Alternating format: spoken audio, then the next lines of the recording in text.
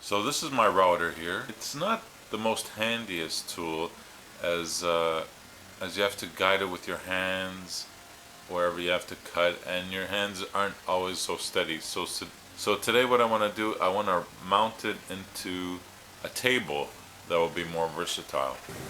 You would think that would be pretty easy, but look at the thickness of this table here. It's pretty thick. So by the time I mount it onto the table, I'll have lost a lot of space, and the router bit won't connect with the wood.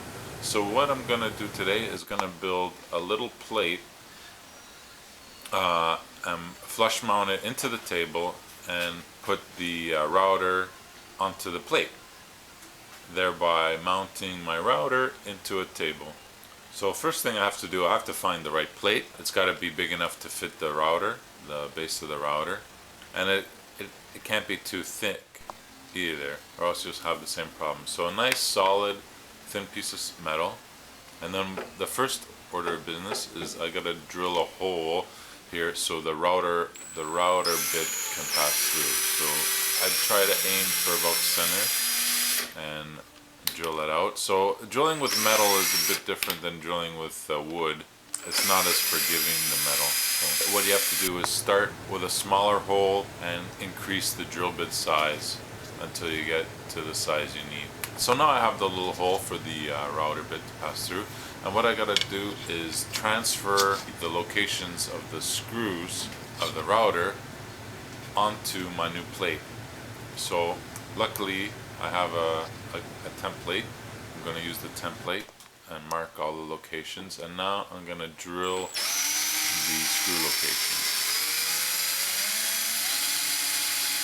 Once I have the holes, it's simple to mount it right onto the router. Just got to use the right screws, and use countersunk screws here like I have here, so you still have a nice flat finish when you're done. So here it is mounted.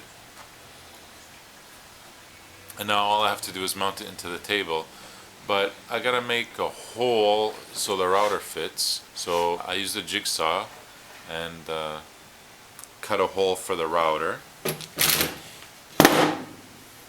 And now all I have to do is plane the rest of the area that the plate is gonna take, plane it down enough, just enough, so that when the metal plate sits in, it sits flush with the rest of the table, and also the remaining wood supports the router.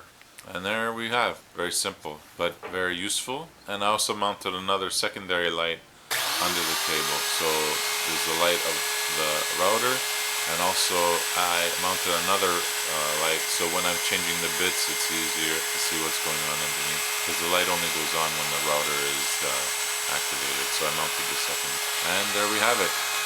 Beautiful.